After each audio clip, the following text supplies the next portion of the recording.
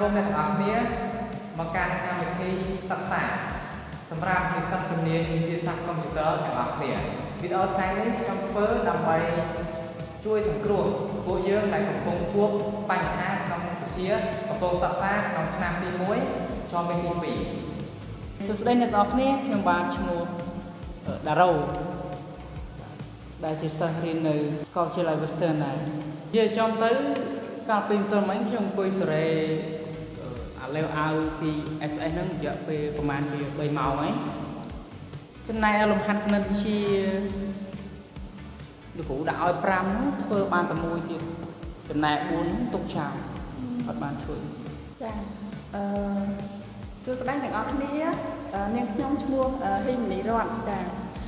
បើនិយាយពីអ្នកទាំងអស់គ្នាឃើញមុខខ្ញុំប្រហែលជាភ្ញាក់ផ្អើលទេដោយសារតែឃើញមុខទៅរៀងមានវ័យចំណាស់ជាងបងប្អូនចាអញ្ចឹងទោះបីជាវ័យចំណាស់យ៉ាងណាក៏ដោយក៏ដោយសារតែនិយាយរួមមកនាងខ្ញុំមានការស្រឡាញ់ខាងមុខវិជ្ជាហ្នឹងទៅតែពេលនេះអាចឆ្លៀតពេលបានមករៀនដោយសារតែពីមុនទៅចង់រៀនដែរតែអត់ទាន់មានលទ្ធភាពចាអញ្ចឹងបានឆ្លៀតពេលមករៀនបានអញ្ចឹងណាចាហើយអ្វីដែលបងអូនលើកឡើងហ្នឹងគឺបងក៏ឃើញនៅចំណុចហ្នឹងដែរជាពិសេសគឺតាក់ទងទៅនឹងគណិតវិទ្យាdiscrete ថា discrete បើនិយាយពីបងនេះចាប់ផ្ដើមពីចំណុច0តែម្ដងអញ្ចឹងបានយល់ច្បាស់ពីអារម្មណ៍ពីបងអូនទាំងពីរថាវាមានការលំបាកអញ្ចឹងណាអូននិយាយទៅHTMLខ្ញុំតែធ្វើប៉ុន្តែចេះតែអត់បានបាត់ថេកដោយសារថាអត់បានបាត់ថេកទៅចាំទៅវាតែវាចេញមកវាខុសឬក៏វាអត់ត្រូវតាមស្តង់ដារចាទៀតCN ហ្នឹងហ្មងគឺ CN ហ្នឹងគឺវា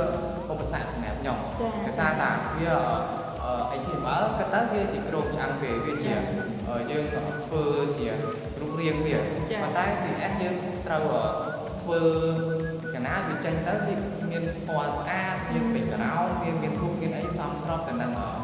website របស់យើងហ្នឹងយ៉ាងហ្នឹងក៏ឥឡូវដល់នេះឯងចេះ HTML ហើយនឹងគ្រោងឆ្អឹងរបស់វាដែរគេហៅថា structure ហ្នឹងហើយចំណែក CSS ក៏គ្រប់គ្រង style ដល់ថ្នាក់យកstyle ទាំងអស់ហ្នឹងញាត់បញ្ចូលក្នុង tag អញ្ញែនេះមុនដែរចាបង្កាលពីខ្ញុំស្វ័យសិក្សារៀន CSS ដំបូងក៏ជួបបញ្ហាដូចតែនេះឯងចឹងដែរប៉ុន្តែខ្ញុំបានផ្លាស់ប្ដូរទម្លាប់ជំហានដំបូងឡើយនេះខ្ញុំ stay web គឺតម្រូវ reset style របស់វាដើម្បីចោលទុកមុនគេដើម្បីយើងស្រួលសំខាន់ទៅវាជៀសវាងអាបបជាដែលជាមូលដ្ឋានពីច្រើនហ្នឹងហើយទូនទីរបស់ HTML ហ្នឹងគឺជាគ្រោងឆ្អឹងរបស់ CSS ហើយរចនារូបភាពយើងរៀបវាជាជួរចឹងទៅហើយចំណែកឯ JavaScript វាទទួលខុសត្រូវទៅលើអន្តរកម្ម interactive ទាំងអស់ដែលវានៅលើ web page របស់ខ្ញុំគឺពិបាកនិយាយទៅគឺធ្វើឲ្យខ្ញុំបាក់ទឹកចិត្តហ្មងត្រង់ JavaScript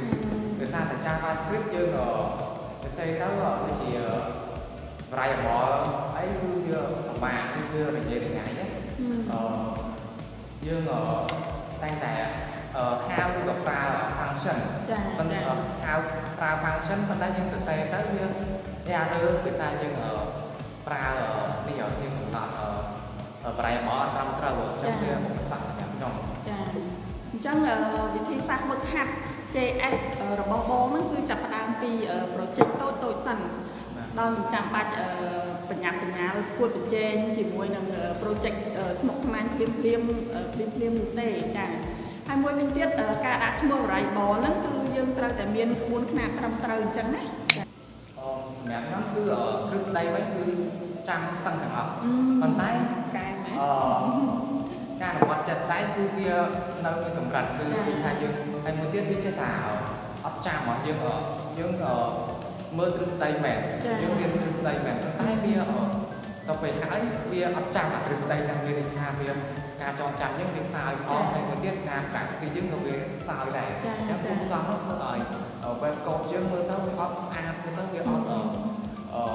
សំស្របអត់មើលទៅអត់ដំណើរអញ្ចឹងវានឹងស្ទើរនៅខ្វះខាតចំណុចនេះចំណុចនោះដែរមើលទៅឆ្កឹងដែរអូអញ្ចឹងគឺមកពីតានីឯងនឹងអនុវត្តសកម្មភាពនឹងទី2អនុវត្តធ្វើនឹងទី2អញ្ចឹងតានីឯងត្រូវកំណត់ខ្លួនឯងថាមួយថ្ងៃយើងអនុវត្តបាន1ម៉ោងជារៀងរាល់ថ្ងៃទៅដើម្បីឲ្យការវឹកហាត់នឹងវាស្របទៅតាម website ឬក៏ធ្វើអ្វីទៅតាម website សាមញ្ញចានោះយើងនឹងចាប់ផ្ដើមផ្សំវាបន្តិចម្ដងហើយចា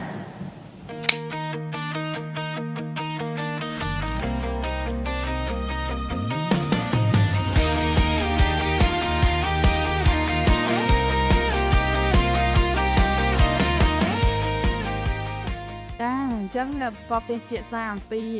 front end រួចហើយយើងក៏បំបែរអារម្មណ៍មកកាន់គណិតវិទ្យាខាងផ្នែក discrete វិញម្ដងចានិស្សិតថ្មីជាច្រើនគាត់តែងតែមានការសង្ស័យដល់ពួកយើងគាត់សង្ស័យថាពួកយើងរៀនបង្កើតគេហទំព័រសោះប៉ុន្តែហេតុអ្វីចាំបាច់ទៅរៀន discrete វិញណាតាមពិតទៅមុខវិជ្ជាទាំងពីរគឺមានទំនាក់ទំនងគ្នាទៅវិញទៅមកខ្ញុំវាពិបាកដែរដោយសារតែមុខវិជ្ជាពីរវាត្រូវបែងចែកសម្រាប់យើងមើលគណិតផងយើងមើលកូដ practice កូដផងហើយដឹងថាមុខហ្នឹងវាមុខវិជ្ជាពីរហ្នឹងវាមើលទៅវាគឺជាអត់សូវចូលគ្នាទេវាដាច់ពីគ្នាតែម្ដងអញ្ចឹងធ្វើឲ្យយើងចែកពេលអត់សមស្របអីចឹងជាការអនុវត្តឬក៏ការមើលទ្រឹស្ដីគណិតវិទ្យាឬជា website ជាដើមចាសម្រាប់គណិតវិទ្យាវិញគឺវាទាក់ទងដែរវាទាក់ទងនឹងយើងសរសេរកូដនៅក្នុង GS ដែរគឺជា if condition ហ្នឹងគឺវាមានតម្លៃ boolean true or false ហើយនៅពេលដែលកូដយើងសរសេរ GS ហ្នឹងក៏ដល់នេះឯងសរសេរជាភាសាដើមរបស់គេដែរដល់អញ្ចឹងហើយមកពីpropositional logic ហ្នឹងគឺនៃគណិតវិទ្យាហ្នឹងគឺជាគណិតវិទ្យាដែលនិយាយពី discrete ហ្នឹងឯងវាមានលក្ខណៈloop កតវិទ្យាហើយមាន and មាន or មាន non អញ្ចឹងទៅណាហើយទាំងអស់នេះឯងសុទ្ធសឹងតែជាមកពីគណិតវិទ្យានេះណាអញ្ចឹងហើយលក្ខណៈដែលយើងចង់ឲ្យមានការអភិវឌ្ឍខ្លួននោះគឺ algorithm ម៉ាត់ហ្នឹងគឺយើងត្រូវគិតថាវាគឺជាមូលដ្ឋានគ្រឹះដែលយើងអាចប្រឡងបាននេះណានិយាយទៅការពីបងចាប់ផ្ដើមរៀន discrete គឺចាប់ផ្ដើមពីចំណុច0ទៅតែម្ដងចាគឺមើលលើសញ្ញាតក្កវិទ្យាជានិមិត្តសញ្ញាអត់យល់ហ្មងចាតែក្រោយមកបងក៏បានព្យាយាមបកប្រែតក្កវិទ្យានៃ digital discrete ហ្នឹងទៅជាកូដ JS ដើម្បីរៀនទៀងទាត់ឲ្យវាតឹងគ្នាចាហើយឥឡូវបើយើងឧទាហរណ៍ថា n ហើយនឹង o ហើយនឹង not នៅក្នុង discrete គឺត្រូវគ្នានឹងអាសញ្ញានឹងចាហើយនឹងអាសញ្ញាគូ2មកហើយនឹងសញ្ញានៅក្នុងនឹងដែរនៅក្នុង JS អូនចាអញ្ចឹងធ្វើការចងចាំឲ្យទៀងទាត់ទាំងសងខាងគឺអាចពង្រឹងចំណេះដឹងទាំងសងខាងនៅក្នុងពេលតែមួយអូនចាទោះជាការអភិវឌ្ឍfront end ឬការសិក្សានៅថ្ងៃខាងមុខគណិតវិទ្យា discrete ហ្នឹងគឺជាស្នូលក្នុងការទ្រទ្រង់គណិតតក្កវិទ្យាដែលយើងមិនអាចបោះបង់ចោលបានទេបងតារ៉ូដូចជាបងនិយាយរត់ប្រាប់ចឹងទៅ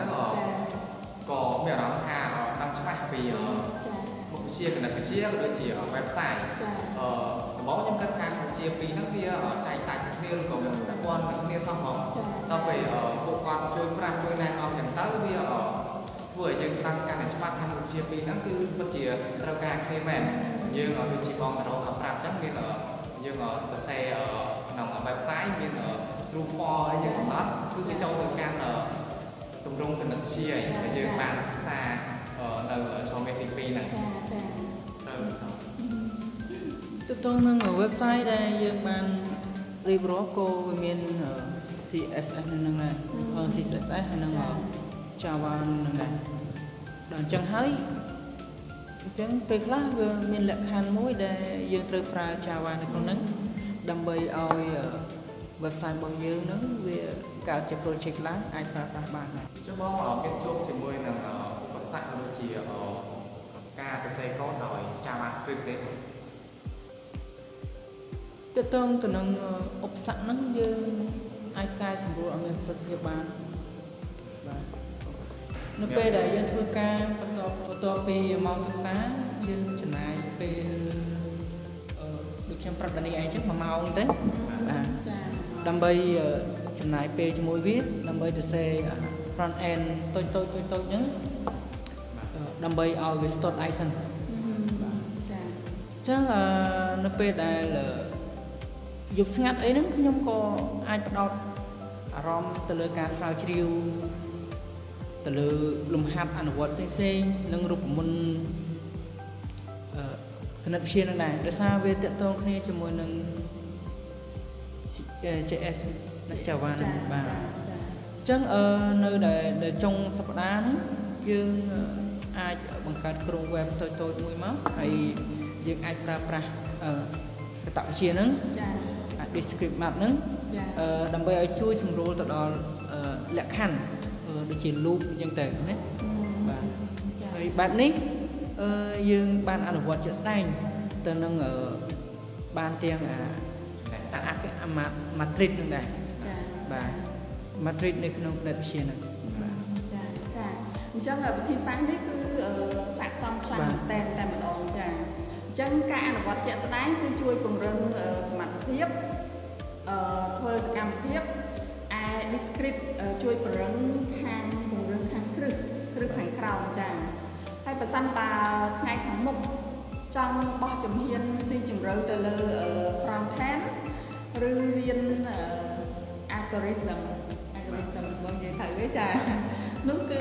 descript រឹងមាំប៉ុណ្ណាក៏ធ្វើឲ្យងាយស្រួលកូដតក្កវិទ្យាហ្នឹងស្មុគស្មាញប៉ុណ្ណឹងដែរហើយយើងចេះwebsite ដូចជា JavaScript ច្បាស់យើងត្រូវ practice មានពេលក្នុងម៉ោង2ម៉ោងក្នុងថ្ងៃអញ្ចឹងណាប៉ុន្តែសម្រាប់ខ្ញុំជួនកាលវាអត់បាន practice សោះក្នុងមួយថ្ងៃជួនកាលយើងទៅមើលរូបមន្តគណិតវិទ្យាយើងទៅមើលរូបមន្ត descript អីចឹងទៅអត់បានវាយកូដសោះតែម្ដងអញ្ចឹងវាធ្វើឲ្យបញ្ហាដែលយើងជួបប្រទះកូដ error ក៏យើងពិបាកក្នុងការដោះស្រាយហ្នឹងគឺយើងអត់ដែរជួបទេបើយើង practice ទៅវាថាយើង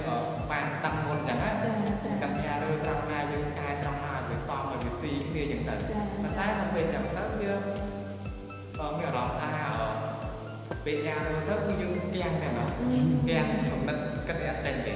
ដល់ពេលអញ្ចឹងខ្ញុំគិតថាខ្ញុំដូចបងតារោថាអញ្ចឹងយើងចែកពេលអត់បានអញ្ចឹងណាជាមួយនឹងគណិតវិទ្យាជាមួយនឹង web យើងចែកពេលគណិតវិទ្យាឲ្យច្បាស់តែនឹង web ឲ្យច្បាស់ក្នុងការមើលរូបមន្តគណិតវិទ្យានិងការ practice code ដើម្បីឲ្យវិទ្យាពីរហ្នឹងវាដំណើរការទៅឲ្យយើងចេះទាំងពីរមកហើយយើងអាចរៀនបានយល់ដឹងវិទ្យាពីរហ្នឹងបានច្បាស់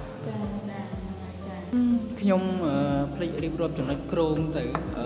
កន្លែង front end ហ្នឹងយើងអាចធ្វើវាឲ្យមានរបៀបរៀបរយទៅព្រោះយើងអាចយកវាទៅដាក់នៅក្នុងhot flow នៅពេលខាងមុខបានណាសម្រាប់អ្វីដែលខ្ញុំចង់ប្រាប់បន្តទៅគឺការសិក្សាយើងមិនត្រូវលំអៀងឡើយណាព្រោះកុំដោយសារតែការចូលចិត្តសរសេរកូដការចូលចិត្តមើលទៅលើអីផ្សេងវាធ្វើឲ្យការសិក្សារបស់យើងនឹងវាទៅតាមដែរអញ្ចឹងយើងត្រូវបើសិនជាមុខវិជ្ជាណាដែលយើងត្រូវរៀនដែលតាក់ទងនឹងអ្វីដែលយើងត្រូវអនុវត្តគឺយើងត្រូវផ្ដោតសំខាន់ទៅលើវាទាំងអស់យើងអត់អាចរៀនមួយអត់មួយទេណាហើយបើសិនជាគណិតវិទ្យាកតវិទ្យាអីយើងមិនទាន់អីយើងទៅថ្ងៃមុខយើងនឹងធ្វើគម្រោងរៀនដាក់ schedule រៀនទៅហើយ គុំស្មុគស្មាញពេកតើតោះនឹងអារឿងដែលយើងរៀនហ្នឹងយើងរៀនទៅមើលឲ្យសប្បាយយើងចែកពេលដាច់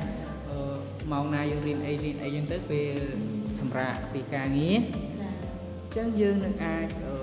រៀនឬក៏សរសេរកូដអនុវត្តកូដអីវាមានប្រសិទ្ធភាពអញ្ចឹងបើនិយាយពីមុខវិជ្ជាទាំងពីរហ្នឹងមើលទៅដូចជាយើងត្រូវផ្ដោតលើការអនុវត្តអូនហើយនឹងមួយទៀតក៏យើងត្រូវមើលទៅលើទ្រឹស្ដីដែរចា៎ប៉ុន្តែតក្កវិជ្ជាគ្រឹះខាងក្រោមគឺតកតោគ្នាទាំងស្រុងតែម្ដងចា៎អញ្ចឹងឲ្យតែយើងតស៊ូជំនះដំណាក់កាលទី1ហ្នឹងណាអូនចា៎នេះគឺយើងការសិក្សានៅពេលខាងមុខនឹងមានភាពងាយស្រួលសម្រាប់យើងច្រើនមិនសម្រាប់តែយើងទេសម្រាប់បងប្អូនទាំងអស់គ្នាដែលជួបការលំបាកអញ្ចឹងណាអូនបើមានចំណុចណាបញ្យល់មានដូចថាយើងរៀនណាមានចំណុចណាដែលអត់យល់យើងត្រូវហ៊ានសួរចា៎ហើយនៅពេលដែលយើងសួរនោះគឺយើងសួរដោយភាពក្លាហានមិនបាច់ភ័យទេព្រោះអីដោយសារតែពួកយើងអត់ចេះនោះបានយើងមករៀនបើយើងចេះហើយក៏យើងអត់មករៀនដែរអញ្ចឹងមានតែប៉ុណ្្នឹងទេសម្រាប់ការចែករំលែកគឺភាគនេះគឺសូមបញ្ចប់តែប៉ុណ្ណេះឯងអញ្ចឹងក៏សូមអរគុណនិងសូមគោរពជម្រាបលាទាំងអស់គ្នាដែរបាទដែលបានចំណាយពេលទស្សនា